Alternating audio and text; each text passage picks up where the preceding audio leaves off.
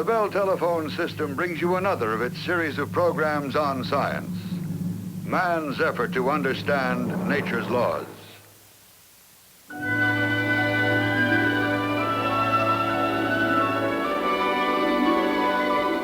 It is written, to everything there is a season, and a time to every purpose under heaven.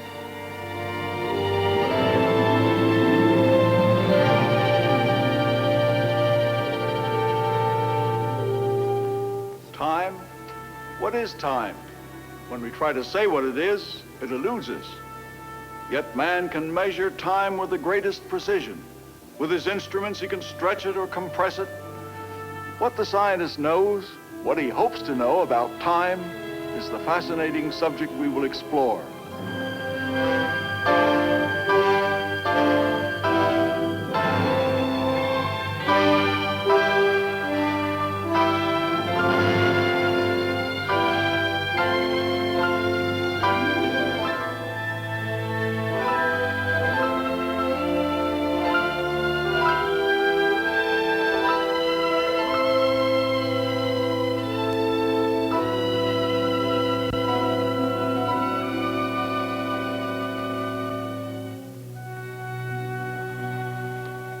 The idea of time is so much part of our habits that if we're really to look at it or think about it objectively, perhaps we'd better create a new atmosphere of thinking.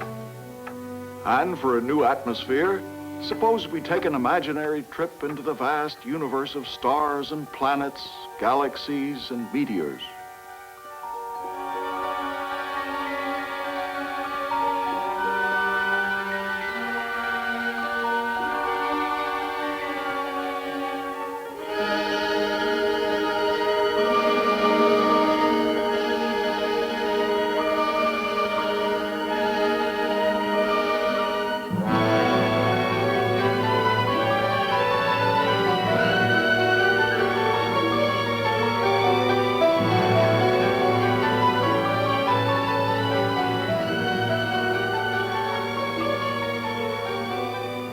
To set the stage for our story about time, suppose we imagine a brand new planet. There. We'll give it a name, Planet Q. And the people there, as we imagine them, will be normal, intelligent people, except for one strange thing. They don't know much about time, and their king would like to set the clock.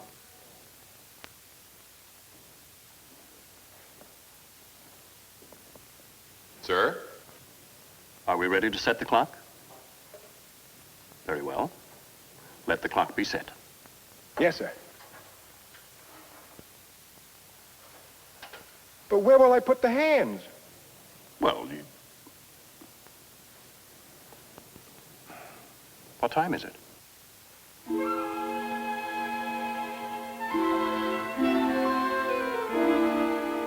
If you don't know, find out.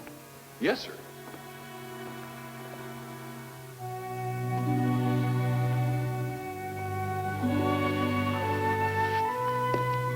Before we go on with the story, there's one more thing we've imagined here on Planet Q, an observatory.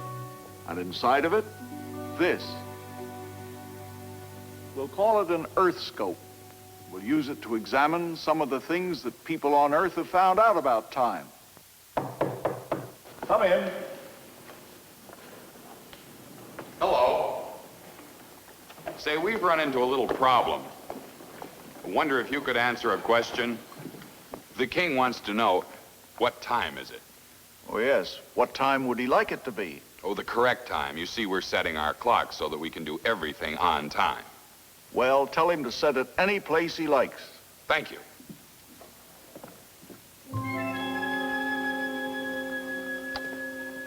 Any place? That's right. Well, let's see.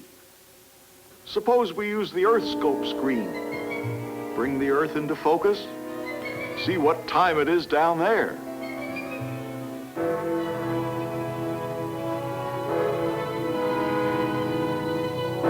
Is that the correct time? It is for London, England. But what time is it? They call it noon. That also happens at what they call midnight. Well, is midnight before or after noon? 12 hours after or 12 hours before. It all depends. On what? Whether you're talking about yesterday or tomorrow. But they had to start somewhere.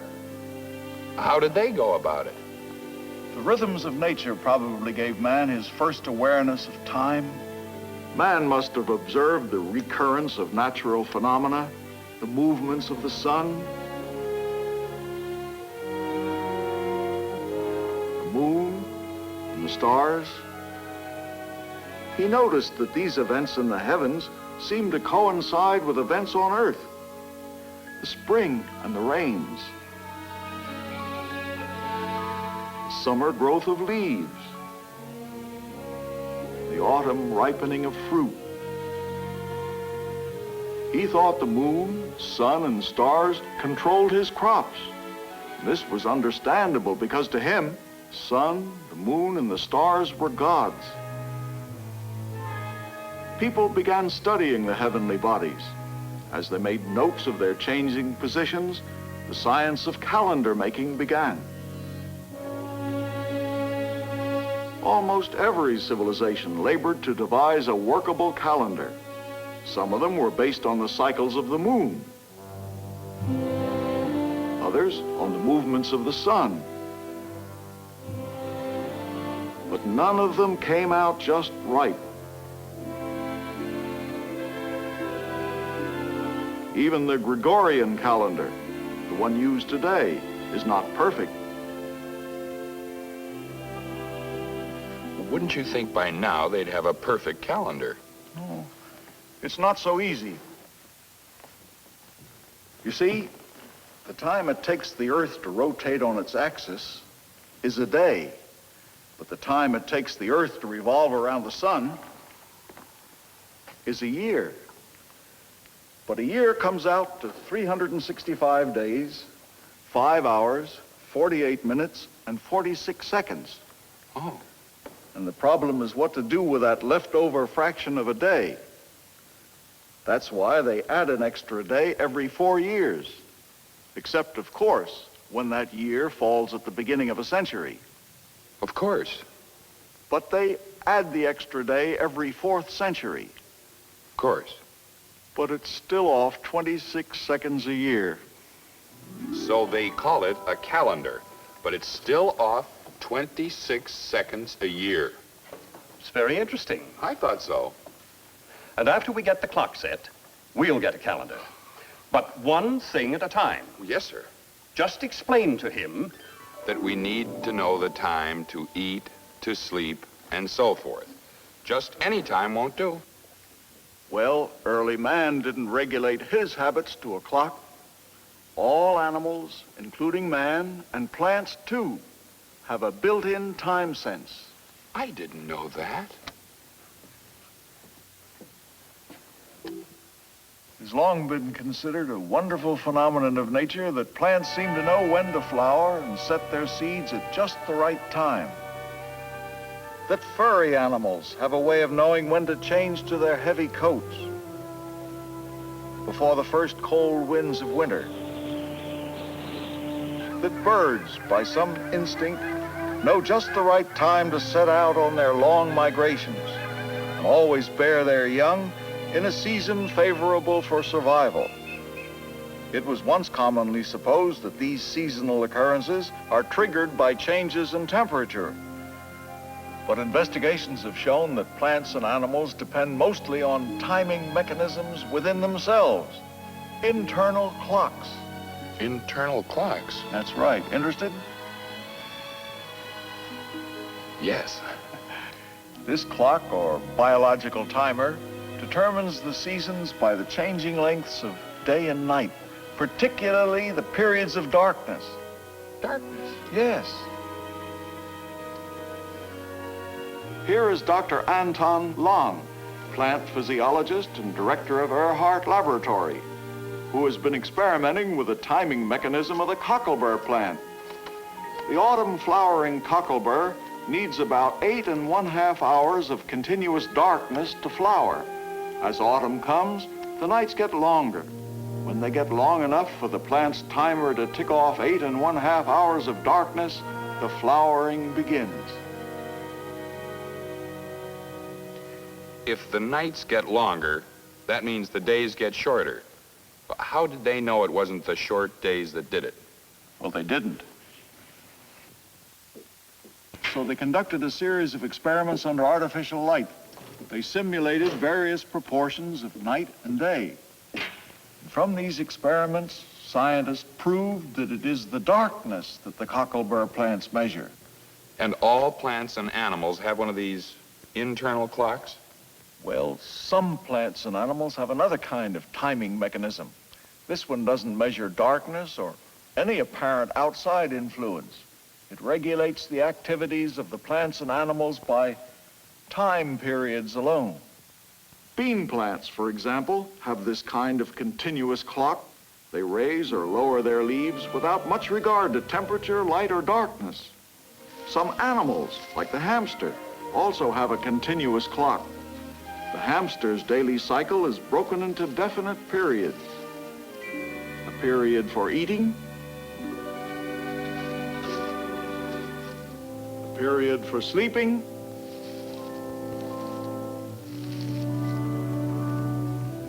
a period for exercising.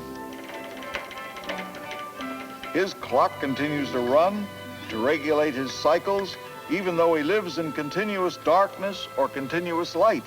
Practically every kind of living organism seems to have some sort of built-in time sense. Scientists all over the world are trying to find out how internal clocks work.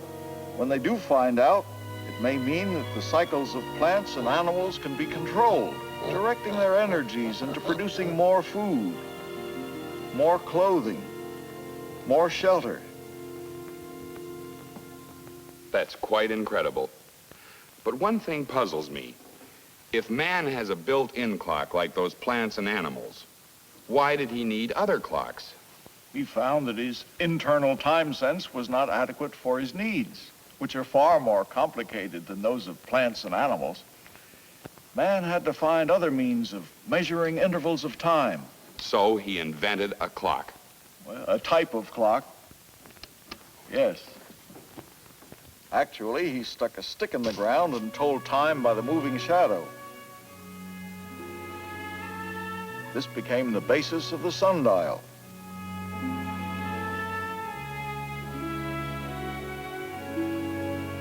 The Egyptians developed a clock that measured time with dripping water. And there were other clocks that measured time with flowing sand. None of these early timekeepers could measure small intervals of time with any accuracy. In 1583, Galileo made a discovery which proved to be the first big advance in accurate timekeeping. As he watched a swinging lamp suspended by a long chain in the Cathedral of Pisa, he noticed, by counting his pulse beats, that each swing took the same time. So Galileo proposed using a pendulum as the basis for a clock.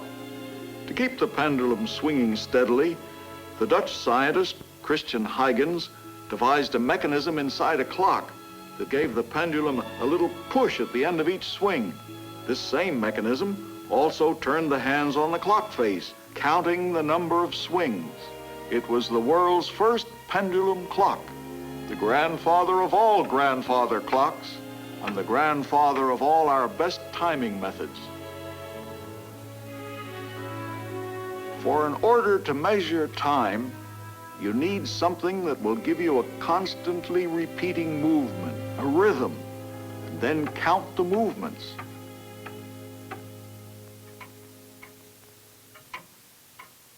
The more precisely these movements repeat themselves, the more accurate your measurement of time. I don't care about bean plants, cockleburs, and pendulums. Where do we set the clock? The man in the observatory says we... I'll find out for myself what he says.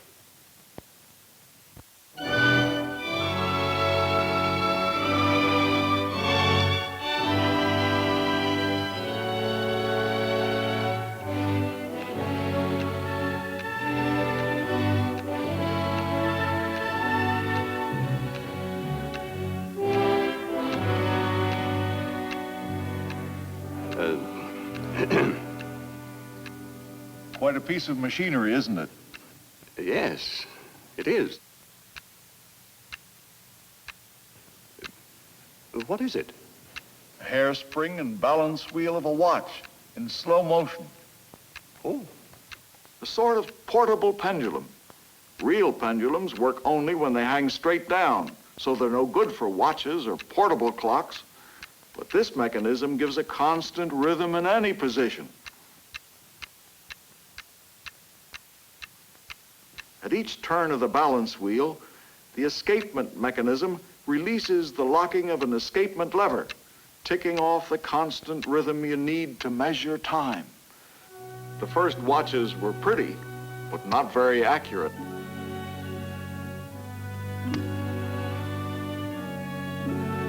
Then, as the old world began to expand across the seas, accurate timekeeping became really important. You see, without accurate timepieces, navigation was a problem.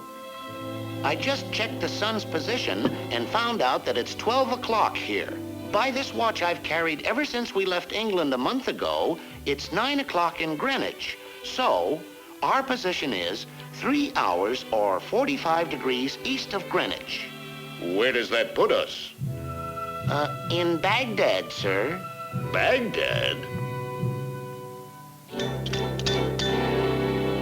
Watches just weren't accurate enough to keep exact Greenwich time on a long voyage. In 1761, after years of experimenting, an English clockmaker, John Harrison, developed the first really accurate portable timekeeper. It was off less than 2 minutes after a 5 months voyage. The accuracy of the ship's clock, or chronometer as it's now called, enabled man to navigate any waters and encouraged sailors to explore the seas all over the earth. Although now ships can get Greenwich time by radio, all navigation today still depends on knowing what time it is. well, now, that's the same problem we're having, knowing what time it is. I don't suppose you'd care to explain how they set their clocks. On Earth, I'd be delighted. Oh, good. All clocks are set by radio signals. In the Western Hemisphere, these come from the United States Naval Observatory, where signals are broadcast accurate to within 1,000th of a second.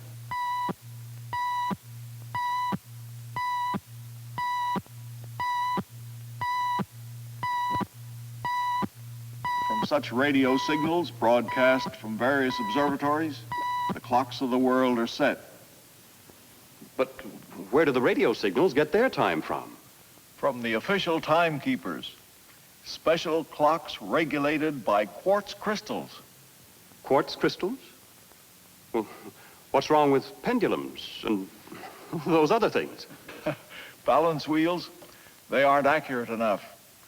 Their rates affected by wear, movement, air currents, and temperature. Quartz crystals are less subject to these influences, but they give us repetitive movement, just like the pendulum and the rotating balance wheel. To the eye, quartz crystals seem inert, but actually, under the influence of an electric current, they vibrate, measuring off tiny and precise slices of time. These vibrations are added up by electronic circuits into seconds, minutes, and hours. Some quartz crystal clocks have a maximum error of 1/100,000th of a second per day. Well, that's certainly accurate. But if clocks are set by radio signals, and radio signals are set by quartz crystal clocks, how do they set the quartz crystal clocks? By the master clock, which is the turning Earth itself. Every night when the sky is clear, United States Naval Observatory astronomers photograph stars through a fixed vertical telescope.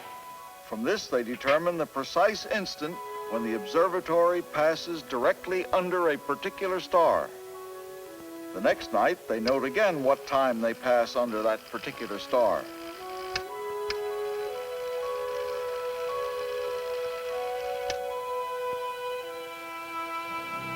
The positions of the multiple exposures on the star plate are then carefully and accurately measured. The information is turned over to the electronic calculator,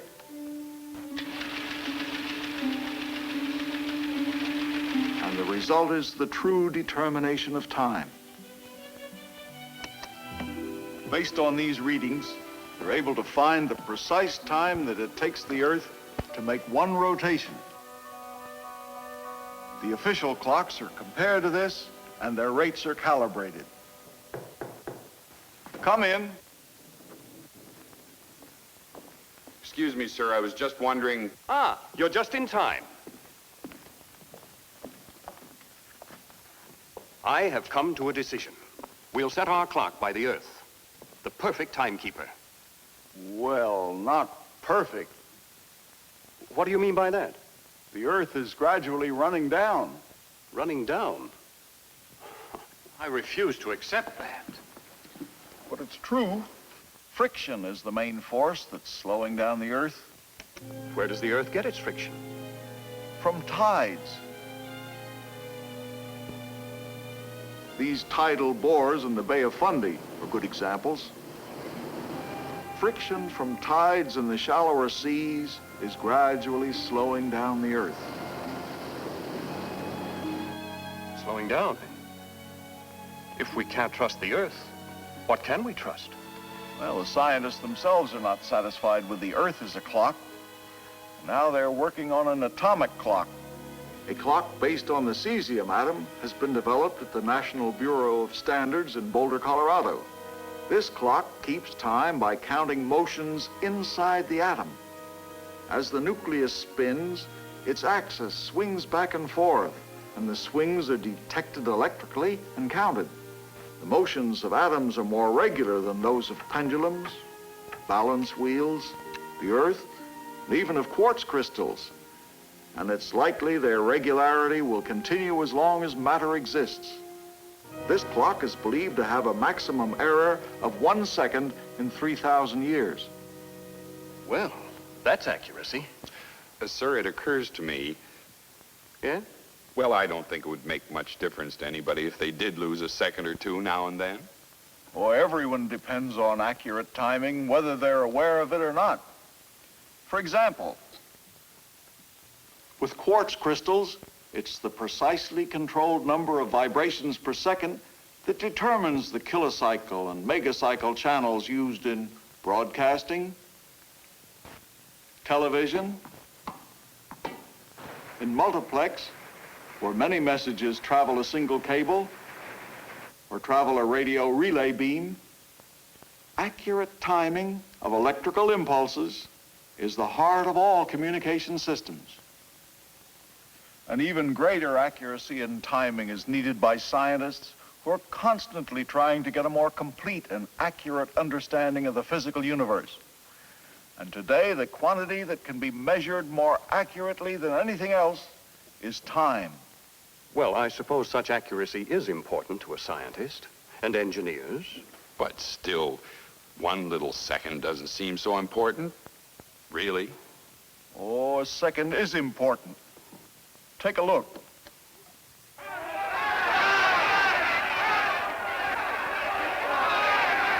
9 3/10 seconds. What kind of a clock was that? A stopwatch. It measures intervals of time down to 1/10 of a second. Of course, it's not very practical when you're trying to measure 1/millionth of a second. But who'd want to measure 1/millionth of a second? Scientists, engineers, technicians, anyone who deals with things moving at high speed. What kind of a clock would they use for that? Usually a cathode ray oscilloscope. Never heard of it. Basically, it's much like a TV picture tube, but it's used differently. The beam of electrons sweeps across the screen over and over again in the same track. Now, if we connect, say, a microphone, sound will jog the beam and make a jog in the trace, like this. The ticks of a watch put time markers on the sweep, 5 to the second.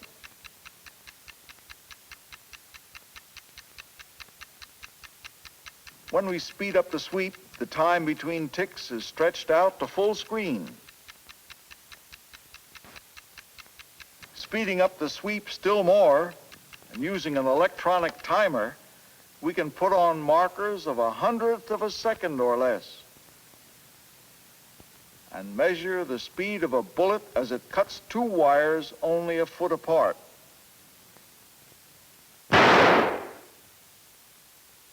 Let's take another look and stop the picture. The interval between the two vertical lines we've drawn here represents the time it took for the bullet to break the two wires. How long was that? 1/1000th of a second. That's really quite a long time. A radar scope with even faster sweeps tells how long it takes for a radar signal to strike an object and bounce back. That tells you your distance from the object. Or you can time signals from 3 low-band stations operated by the United States Coast Guard.